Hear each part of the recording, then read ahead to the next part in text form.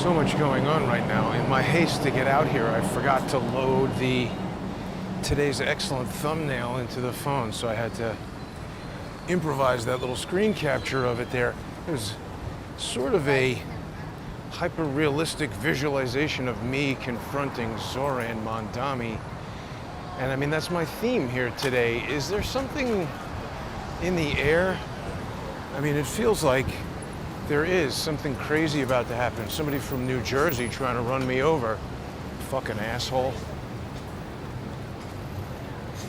But I'm just wondering if New York is about to become the Flashpoint for something terrible.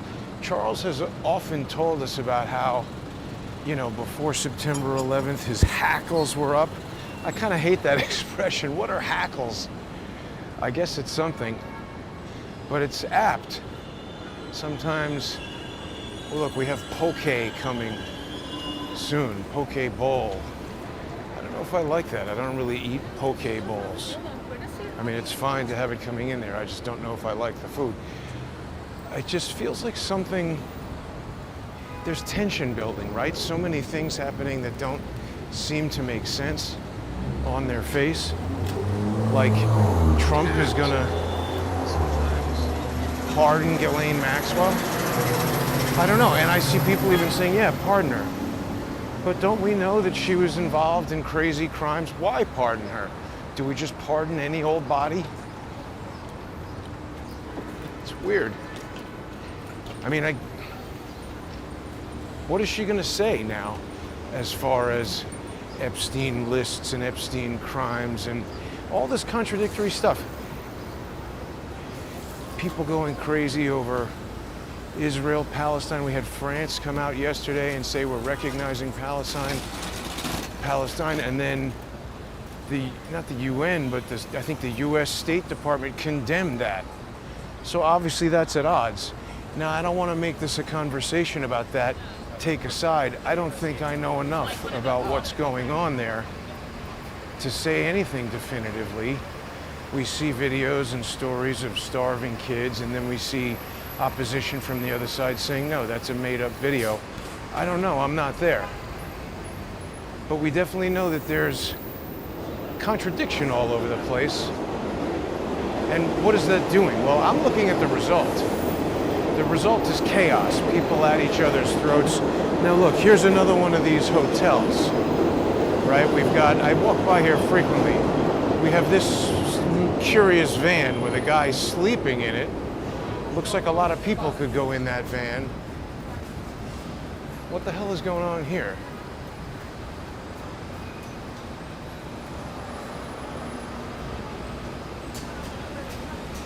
And then the other thing that I noticed this morning is Dan Bongino. He's a contradictory character. I don't really care for Dan Bongino. People know that. But you see, people say, oh, Dan Bongino is a patriot. Screw you, Jason, future of garbage.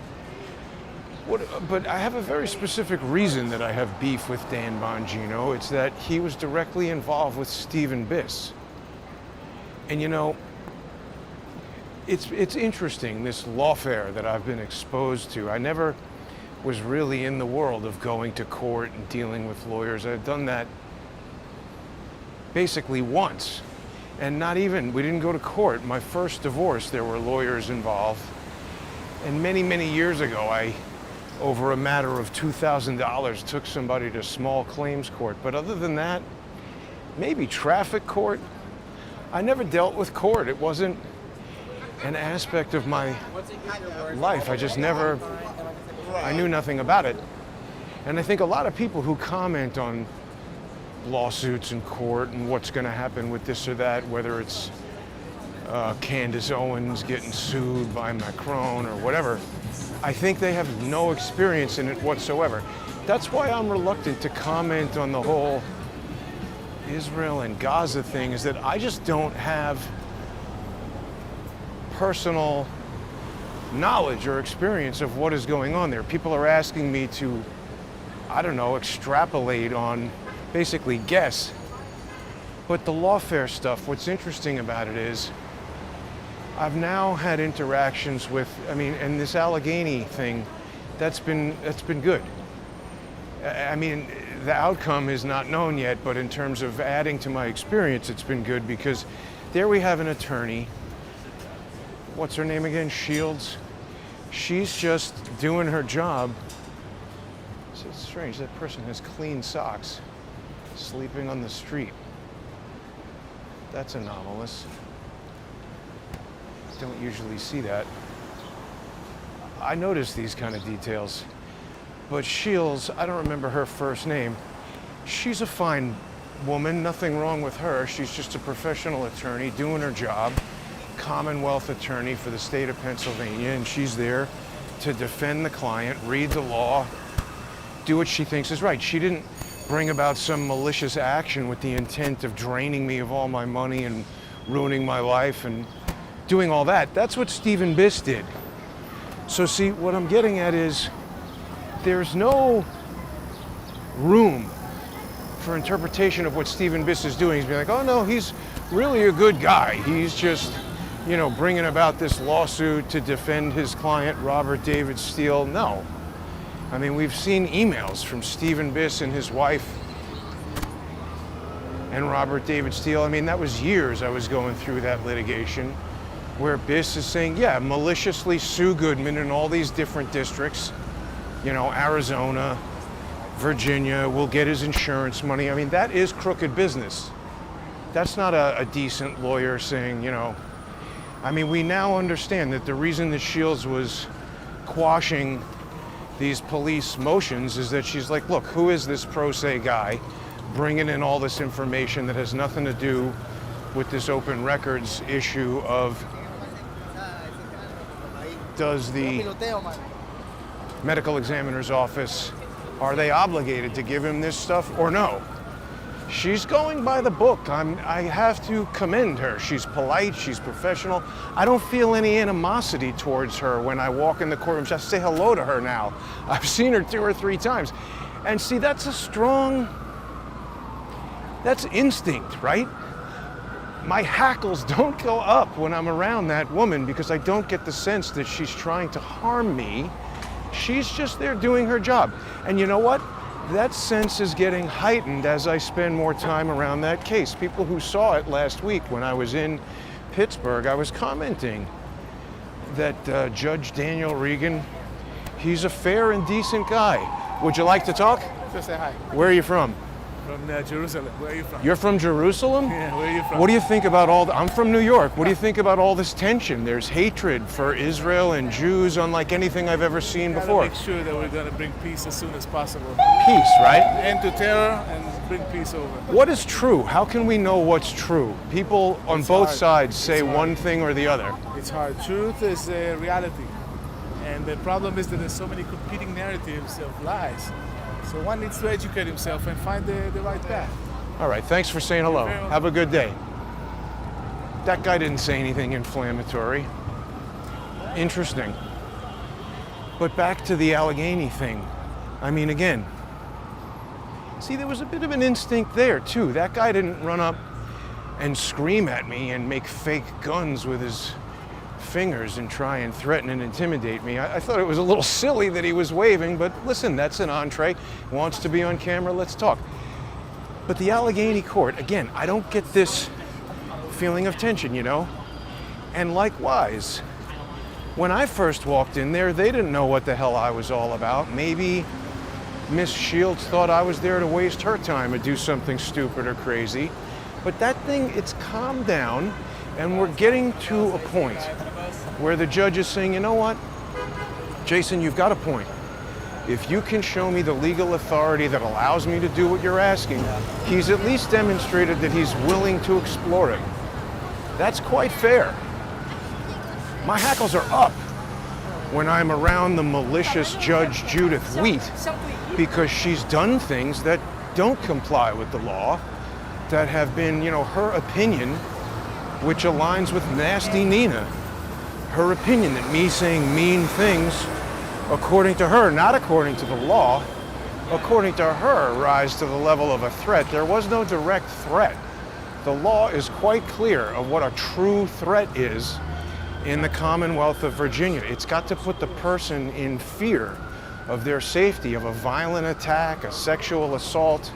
It's a very narrow, it is described with specificity. It doesn't say that the judge gets to decide if they think that an insult to a person's family member and rhetorical political speech rise to the level of a threat. But yet that's what that judge did. And my instincts tell me she did it maliciously, perhaps even corruptly.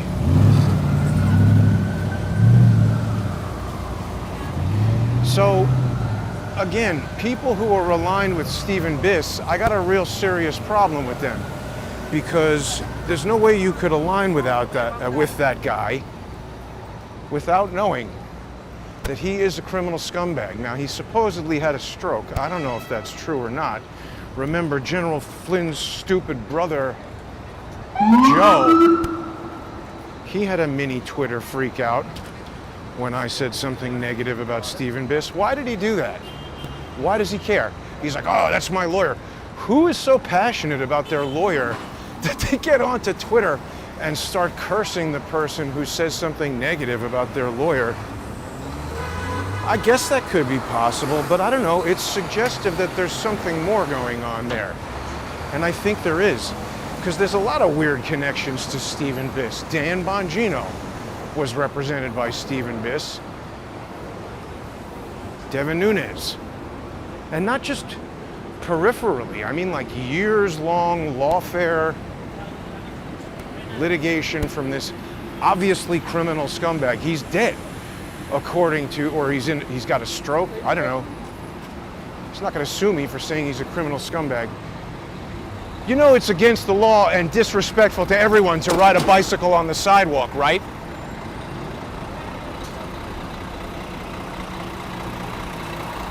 So Stephen Biss can sue me for saying he's a criminal scumbag, but there's a lot of evidence that he is. Public domain evidence that I've seen causes me to believe he's a criminal. Anyway, he's either dead or completely incapacitated, so he's not suing anybody. But how do I know that? See, like that guy said, what's the truth? I haven't been to a hospital and viewed Stephen Biss unconscious in a bed. I haven't even spoken to his wife. In fact, there are some people for a while who were trying to contact me saying, oh, Stephen Biss's wife wants to talk to you. I was like, what the hell does she want to talk about? But when I tried to reach her, that was super weird. Couldn't get her on the phone. And some dude answered the phone who, when I said, can I talk to her, he hung up the phone. Not unlike that ATF agent. And I'm not saying it was the same phone number or the same person. Can you not ride the bike on the sidewalk, please? That was polite of him. Right away he complied. Maybe he doesn't want to get deported.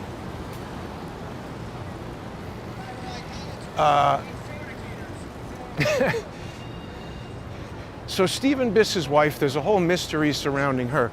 But Dan Bongino, I'm sorry. He's got to explain himself as to what the hell is going on with Stephen Biss for me to believe anything he says. Because remember, Dan Bongino blocked me. When we were talking about Vegas, he blocked Cullen. Why? Why did he do that? The fire and brimstone, which is the second death. See, death is not the end. Your physical death is the first death, but there's a second, more permanent, eternal death. Let's talk about more recent stuff with Dan Bongino, because this whole Butler assassination attempt, I think everybody is kind of perplexed by that. And Dan Bongino, he doesn't want to hear anything about it. Remember, again, when Cullen was mentioned in that, I think it was Dan Bongino's podcast where Eli Crane said something about John Cullen, and somebody lost their lunch. The lunch tray went flying. He doesn't want to hear about it. And Dan, he's very connected to Jack Posobiec, who freaked out when I started asking, hey, what's up with your book not talking about the second shooter, Jack Posobiec? What's up with Doug Hagman calling me? See, we got to look at these patterns. I don't know what the answers are to these questions, but let's look at these patterns. Doug Hagman calls me. Why? Are we friends? No. Has he ever called me before that? I don't think so. I think I called him once because I found out that he was getting sued by Stephen Biss. Isn't that right? I mean, I had spoken to Doug Hagman on the phone before, and he got sued a lot. There was a lot of legal stuff going on with Doug Hagman at one point. Then his son died, his daughter died. And Hagman, he posts those pictures of himself wearing a bulletproof vest. You know, let's presume he's carrying a gun. He's got some kind of law enforcement background, doesn't he? I don't really know. Says, we were talking to Ken Silva the other day, and he confirmed what I believe to know, which is that Hagman says he's been an FBI informant or something. I don't know. These people say these things. I wasn't there when he was informing the FBI. Maybe that's true. But the point is, he calls me up and he says, oh, I went to Max Urich's apartment and I spoke to him. I said, really? How do you? And he said, because the guy who let me into the apartment said, hey, Max. Now, what's going on here? I thought they're usually showing movies in Bryant. Is getting ready. He's in Bryant Park. People eating pizza. It's a hot day again. You have to tell me that. Jack Hagman to be his private investigator. Talk about Maxwell Urich. Everybody, as far as I know, about Maxwell Urich. He posted that photo. Sal told me doing that. Who are those people? Was that Jack? I don't know. Why would he get mad? I'd say the best part about it. I think it was Max Urich on the roof. Why wouldn't the cops just give me their evidence to prove how wrong and stupid I am if it wasn't Max Urich? They could just give us that original photo from Detective Gian Vito's phone. It's not my opinion. See, John says we need AI judges. They are all shitheads in his state. I agree with that. Now look, there's problems with AI as well, but I think that if there were non-judges, like software engineers, presiding over the functioning of AI judges, I agree. I think, you know, a rules-based set, you know, we don't want all this judicial discretion, certainly not at the initial level. That's where these things get screwed up. And AI, I could have said, hey, lawyer, tell the AI judge that this is not a real corporate defendant in the National Academy of Television case, and there would have been no wiggle room. You know, AI, an honest AI, see, that's the thing. It goes back to what that guy on the street just said. How do we know what the truth is? There's all these competing narratives. So Dan Bongino, he comes out with a tweet and he says, oh, you know, during my tenure, what does he say? As the deputy director of the FBI, he's been repeatedly relaying that things are happening. Things are happening. Him and Kash Patel, also a client of Stephen Biss, they're stamping out public corruption. Yeah, okay, I'll believe that when I see it. He was shocked. Shocked, I say. There's gambling in this establishment. People who have seen Casablanca will know what I'm talking about, but they're going to do this by the book. Where have we heard that before? By the book? Wasn't that what, didn't James Comey say that or something? Is that code? Is that another steganographic message to somebody to let them know? You know, Dan Bongino, who just told us there's no there. Here's a video of Epstein doing nothing with 3 minutes missing or whatever. Why does anybody trust Dan Bongino? I don't understand. I'm saying I got personal experience with the guy where he's working directly with a sinister asshole criminal, Stephen Biss, whose stated purpose was to take all my money, send me taunting emails about how they're going to take my home, make me homeless, broke, played a major role in destroying my business, make me home, played a major role. Another thing to think about, right? I was looking at You know that person, Tommy Laren, whatever her name is? She's on Fox News.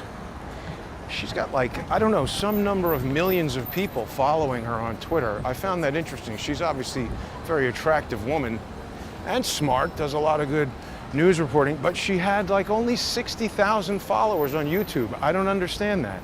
Why the disparity?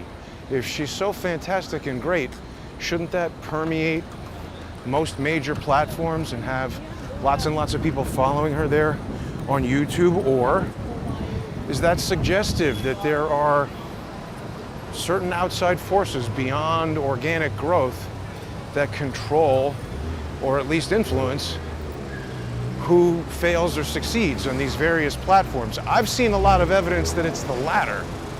Because remember, during COVID-19 and the years leading up to it, Crowdsource the Truth was really gaining a lot of traction. I had built that channel up to over 100,000 subscribers on YouTube. I was pleased with that. I think that might even be more significant than I realized at the time.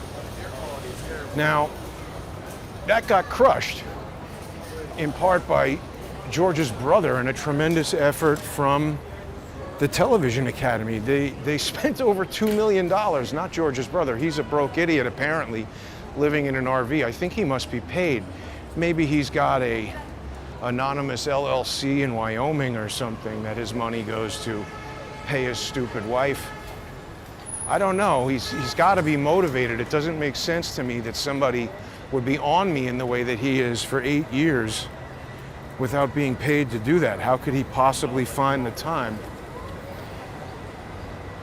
But the point is, Tommy Laren only has 60,000 on YouTube. Maybe she doesn't care about YouTube, but is somebody boosting her on Twitter? I mean, they chose to put her on Fox News.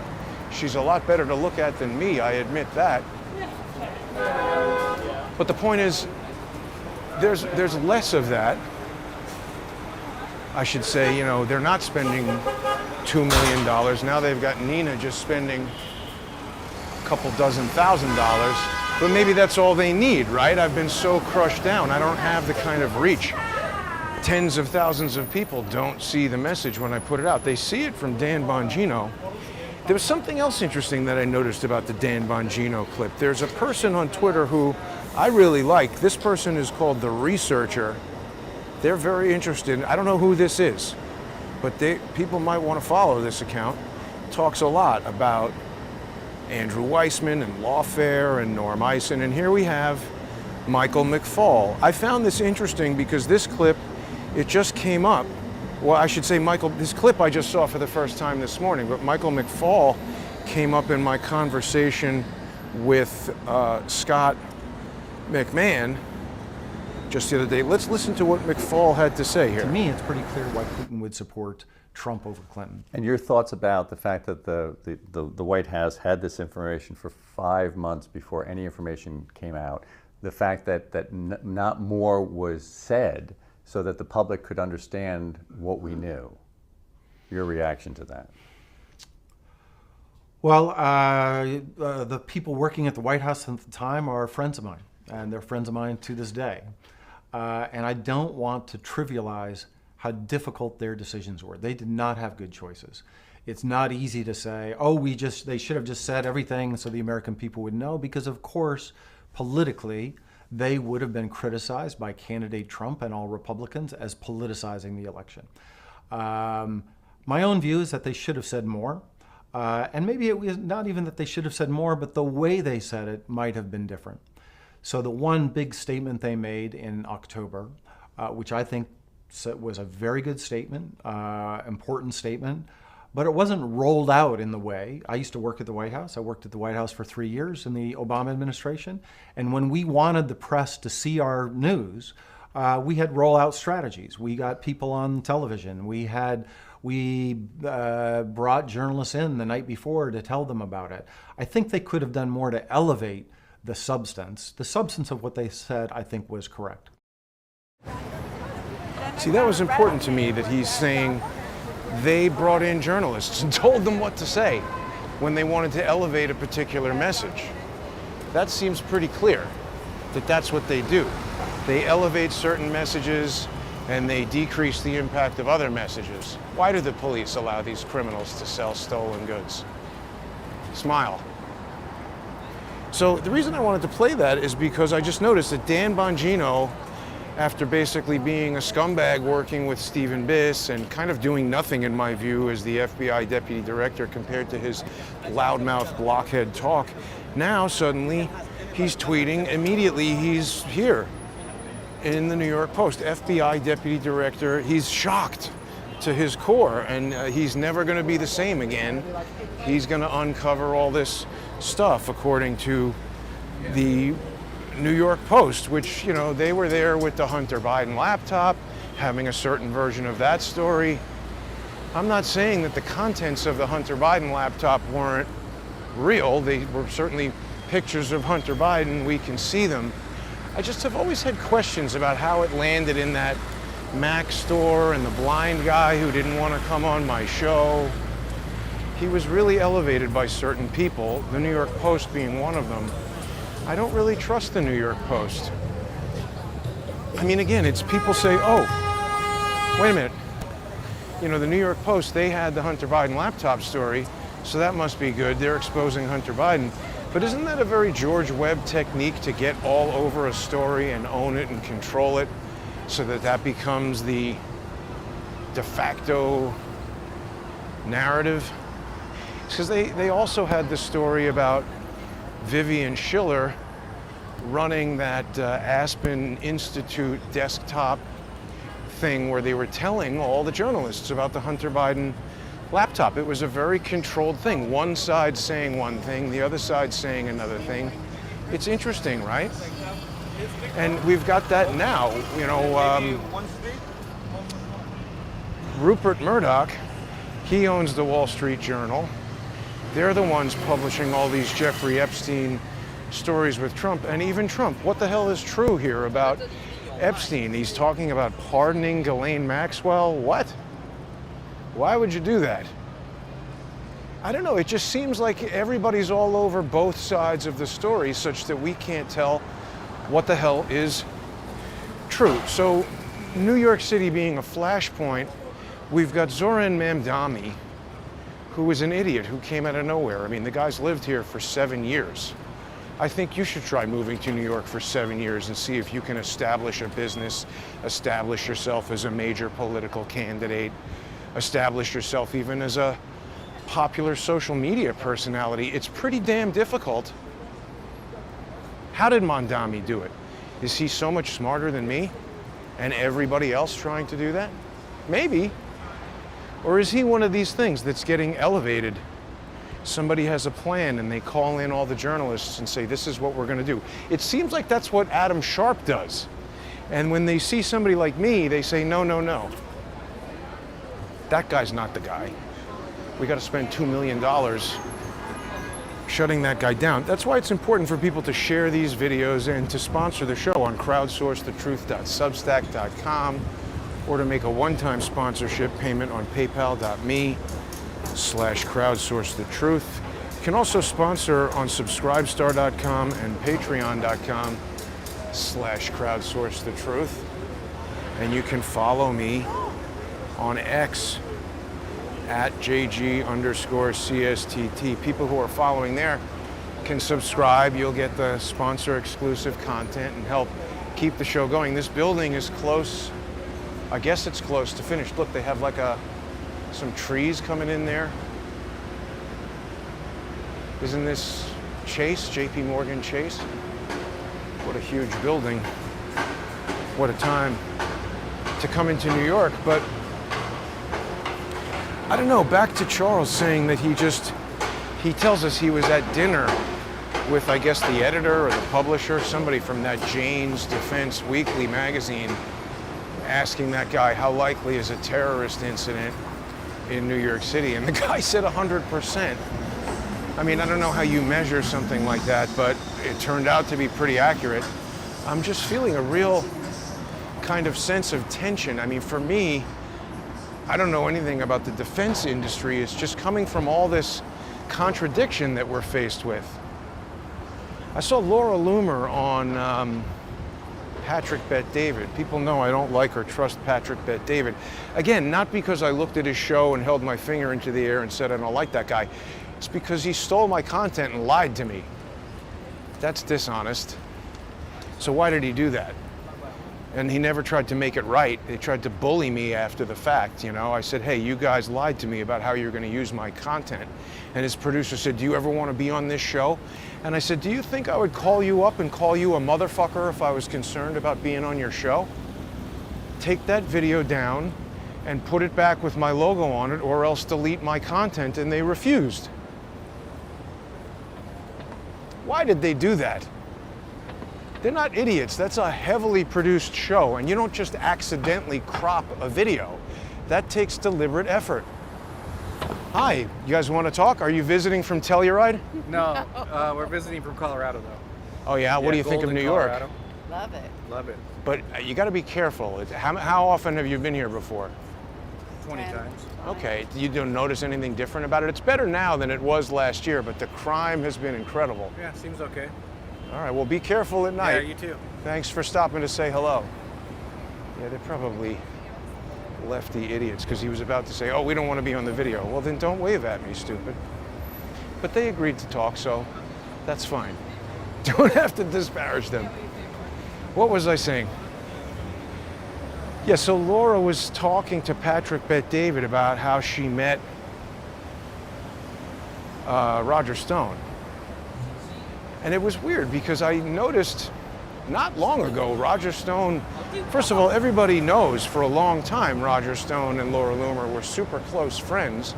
But then out of nowhere, I saw Roger Stone calling Laura an amateur and like really insulting her. And I asked her, I said, what's going on with you and Roger Stone?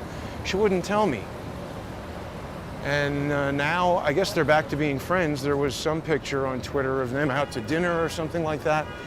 And she's telling stories about him on Patrick Bet-David. I don't know what happened there. But Laura really doesn't talk to me anymore. There's been several occasions where, you know, she's posting ranting, raving tweets about how do we not know more about the Butler assassination attempt. And I mean, I sent her the unredacted, what do we have going on in there? Art. Looks kind of nice. Sculpture that says love. I sent her the unredacted Butler Beaver County ESU files. Nothing. Hemi. No response whatsoever.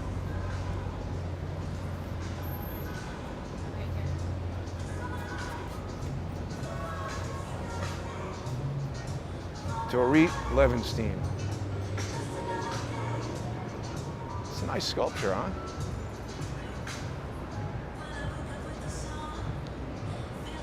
And then a cactus duet. Pretty nice.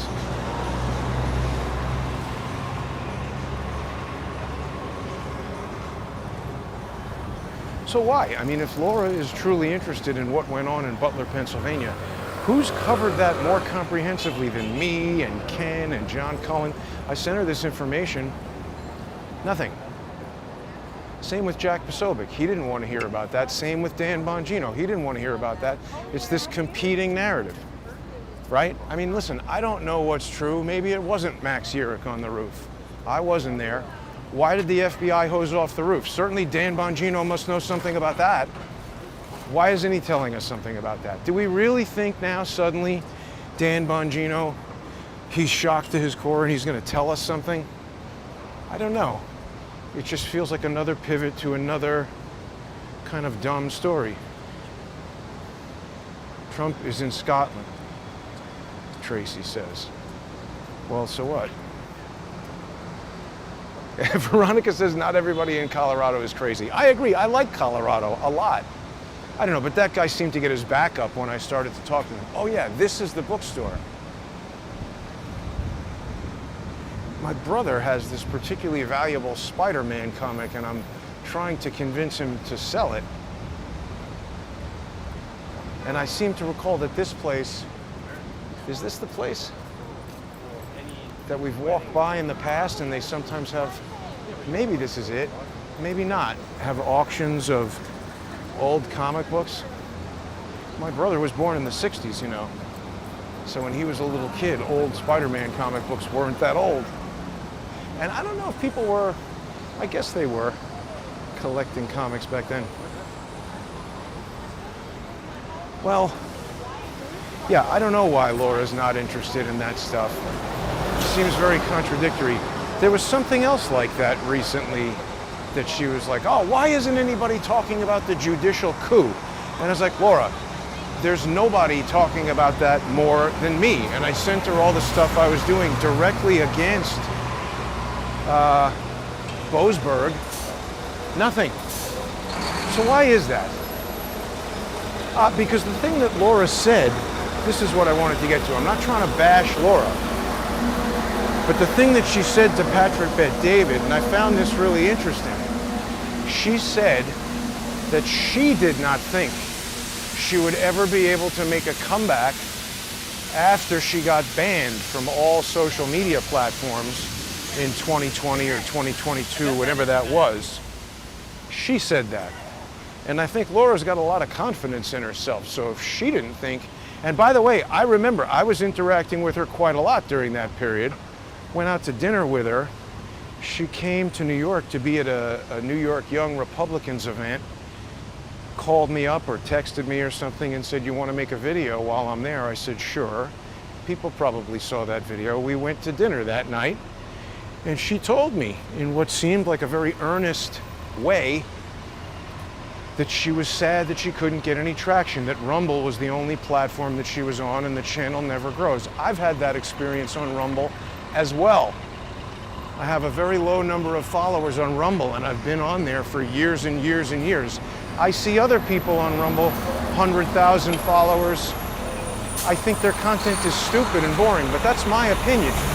You might look at the same content and come to a different conclusion. It's possible that 100,000 people do. I don't know. But the point is, shortly after that, Laura got a show on Rumble. And I think that's pretty big now. And also, I think Dan Bongino is a major investor in Rumble. That's weird, isn't it? It's weird to me. Stephen Biss. Because Rumble also uses the cloud, you know, the same data centers. They have some sort of business arrangement with Rumble. Obviously, to put out all those videos, Rumble needs a huge data center. And, you know, I don't run a giant video server company, so I don't know exactly how it goes, but I think that you need a lot of capacity that isn't always in use. In other words, if Trump is going to do a speech or some kind of big event, and that's going to be on Rumble, you don't want your whole entire Rumble to crash and then your site looks ridiculous. So you need a hell of a lot of capacity for, you know, 1 million viewers to be able to see a particular video. But you're not always using all of that capacity. It's kind of like fractional reserve banking. You say, oh, we're loaning out $10 million, but it's based on this notion that not everybody is going to come withdraw their money from the bank all at once. So you don't exactly have all that money. There's a lot of excess capacity that something like Rumble would have in its data center. And so getting into a deal with something like, I think this is a fancy restaurant if I'm not mistaken, Aquavie. And here's a weird sculpture. But the point is, they're in a business relationship with Truth Social, Trump Media and Entertainment. And Stephen Biss was involved in the contract negotiations. Remember, Devin Nunes is the CEO of Trump Media and Entertainment. Dan Bongino, very involved with Rumble and also the Trump Media and Entertainment. Ferrari 296, 205 miles per hour. I don't like it that it's a V6 Ferrari. To me, that's not good. You need a 12-cylinder Ferrari. That's what that's about. Where is that pure sangue? I think there's the engine for it. Ah, here it is. I think this might be the best Ferrari you can get right now. See, 65-degree 12-cylinder, 725 horsepower. I mean, if you've got a lot of stuff to move around in your SUV, that's the vehicle to do it in. But anyway, you know, it's just interesting. That guy, Michael McFaul, he says he's friends with people in the White House. I was talking with Scott McMahon the other day about, like, how did Flynn get, you know, why did Russia decide this is the guy who should be making the speech at our RT dinner? I would obviously presume that Russia and Russian intelligence know a lot more about intelligence figures and military figures in the United States than I do or the average person in the public does. But I think you've got to admit, before he came into Donald Trump's sphere, General Michael Flynn was a pretty obscure guy. The DIA in general was a pretty obscure. It's not like the FBI or the CIA where everybody knows what that is and there's a million movies about it and everybody's heard about it, whatever. In my view, that came to light really mostly right around this time. I think a lot more people know about the DIA and Michael Flynn now than they did in, say, 2014 or 15. But there's a lot of evidence that that's when this whole plot against Trump began. And I also saw, somebody sent me this video. See, it's interesting. I'm not saying that everything happens by design. Oh, no, this might be the place with the comic books. Heritage Auction. That might be the place that was having... Yes, because look, here's Boba Fett. Isn't that funny? Yeah. Look, see, I mean, this is super expensive Action Comics #1. That's Superman. My brother's is a Spider-Man. It's the one, I think it's number 13 with Mysterio. And I think that got a lot more valuable after they made a movie with Mysterio. I have that Boba Fett toy. Now, wait a minute. See, the red, boy, that one, yeah, that's the one that can actually shoot. You had to get that from Cheerios, I think. I remember I was in 2nd grade when that came out. My friend Peter Aiello, who died when we were in high school, had that toy.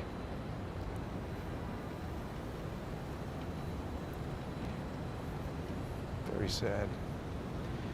But yeah, Michael McFaul, he was the Russian ambassador. He's telling us there in that video that he's friends with everybody at the White House. I wonder if he's not the guy who said, hey, you should have Michael Flynn be the keynote speaker at this RT. I mean, isn't he the most likely guy to do that? Obviously, the Russians know the ambassador. And it does seem like at that time, you know, US-Russia relations were as normalized as they've ever been. So maybe he's the one who kind of slipped them the Mickey. What about Michael Flynn made them want to sit him next to Putin? I mean, it certainly gave them that piece of evidence. And see, Charles always tells us he is interested in contrasts. And I thought about that because you can't really make a contrast of something without really understanding the first thing that you're contrasting it to. Like, for instance, if I walk by there, a certain number of people are going to know that was Boba Fett. I think an even smaller number of people would know that that red missile on his backpack with the little switch indicates the teaser Boba Fett toy that was given out. I'm pretty sure in Cheerios you needed to collect box tops and send them away. And I remember from 2nd grade, my poor friend Peter had saved the box. He had that and it was like, oh my God, that was the coolest thing in 2nd grade. But obviously that's the valuable one. I mean, I have probably 3 of those Boba Fett. I don't know where they are now, but before my parents sold the house I grew up in, I probably had 3 of those stashed away in my childhood bedroom, but not the Cheerios one. I think they're worthless if it's not the Cheerios one. So that's the thing, you have to know that. Otherwise you're just looking at a stupid toy that could have been put out last year. And so you have to be able to recognize certain patterns about things to draw the contrasts that Charles is saying he uses. Look at all the stuff out of business. Chick-fil-A, that's new since the pandemic. And so you see, the whole concept of somebody like Michael McFaul saying, oh, hey, Putin, you should invite Flynn to sit next to you at dinner. Then we'll get a picture of that. And then we'll put that all over the news saying, Flynn was the guy. It's very much like what George's fucking asshole, mentally ill, wife-swapping, paperclip Nazi brother does. They introduced me, because George and his brother are essentially, Bobbsey twins working together, creating a false narrative that they're enemies, when in fact I believe they are allies. But they introduced me to Okie Marshall Richards, get him on the show, and then they say, what is Jason doing talking to FBI informant Okie Marshall Richards? Well, I didn't know that he was an FBI informant. I think George did. George used to tell me that he got his start in independent journalism as a result of that Portland Christmas tree bombing incident where a guy named Mohammed was jammed up by the FBI for bombing the Portland Christmas tree lighting ceremony. And he said, oh, McCabe has been after my family and doing all this terrible stuff. I've come to believe that that's not true. I think George and his brother work for the FBI in some capacity, and they are here to provide another level of fake narrative, right? I mean, how many layers are there to this onion? I think a lot of people watching are aware of Operation Mockingbird and the fact that the news was controlled and that people like professional fucking asshole Adam Sharp's dead CIA father, Roger Sharp, he was there in the Dallas police station smoking cigarettes probably, telling the world that Lee Harvey Oswald shot. He was there in Florida with all the Cubans. I think he was planting stories in the news for the CIA in the same way that his asshole friend of Obama, son Adam, is also doing. It's remarkable to me that Adam Sharp leaves Twitter, his beloved Twitter, Blue Mockingbird Twitter. It's remarkable to me. It's a dog battle. Oh. They hate each other.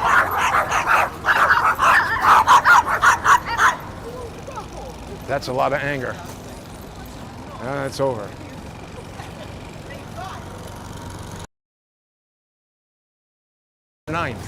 One day after Obama decides we need to circle the wagons and have an emergency redo of this intelligence assessment, that Adam Sharp mobilizes. He leaves Twitter. He gave us that PR week notification that he's leaving Twitter. I mean, that's a coincidence to me. Was that because they needed to have him out? I don't know why, but it's incredibly coincidental. And so George and his brother, they seem to be planting these fake stories, because George recently did a video. What was that young woman's name who had me on? We were talking about the whistleblower from OpenAI. She found out about me because I was tweeting saying, hey, George is lying. George told her that he got his start in independent journalism around Imran Awan, if I'm remembering correctly. He definitely changed the story, didn't mention Mohammed or the Portland Christmas tree bomber. I think because I have subsequently discovered that Valerie Caproni was all over that story. Now, it's also coincidental that Valerie Caproni, who was the FBI general counsel at the time of that Mohammed incident, she was also the FBI general counsel when Adam Sharp went to work at Twitter. And I think that coincides with the time that the FBI was installed into Twitter. And remember, I went to Twitter to tell Elon Musk, hey, the FBI controls this thing. He didn't care about that. I see Elon Musk retweeting things from accounts with 3,000 followers that are talking about, ooh, I just got a Tesla. So he's interested in these little nitty-gritty, maybe even hard to find details. But I mean, a million times, I'm exaggerating, but many dozens of times, I've tweeted the Twitter coup at him, and he's said nothing. he's been served in a lawsuit where that is an element of evidence. It's an exhibit. You're telling me he doesn't know about that? And Laura told Patrick Bet-David, even with all of her confidence, she never thought she would be able to make a comeback after she was canceled on all these platforms. But she got a new lease on life, she said, when Elon Musk gave her the platform back on Twitter. Now, why did he do that? Because when I was at dinner with Laura, when she was telling me that her Rumble channel wouldn't grow, she was talking to me about a lawsuit she was having with Twitter and direct communications she was having with Elon Musk. Did the two of them arrive at some sort of deal that includes don't talk to Jason?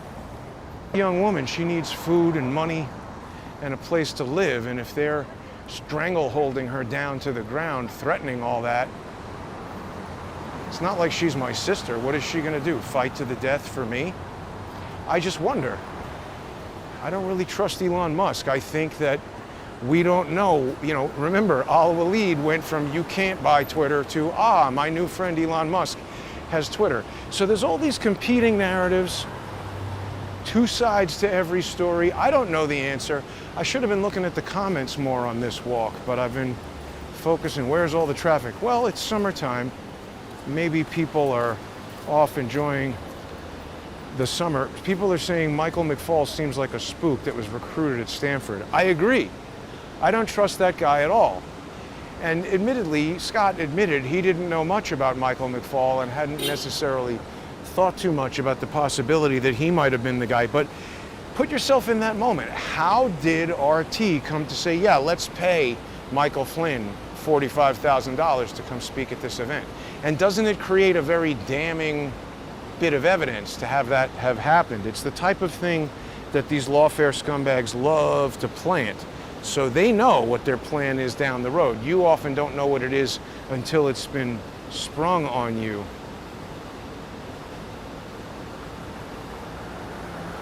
What else are people saying? Bigfoot is trailing me? I don't know, I didn't see that.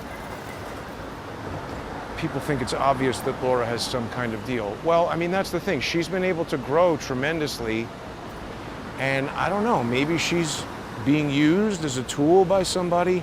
But see, Patrick Bet-David is another interesting guy. He has you on when he wants to boost you, and he steals your content and hides your logo and then threatens you like a goddamn thug when he wants to do that. I don't like Patrick Bet-David at all. I don't trust him.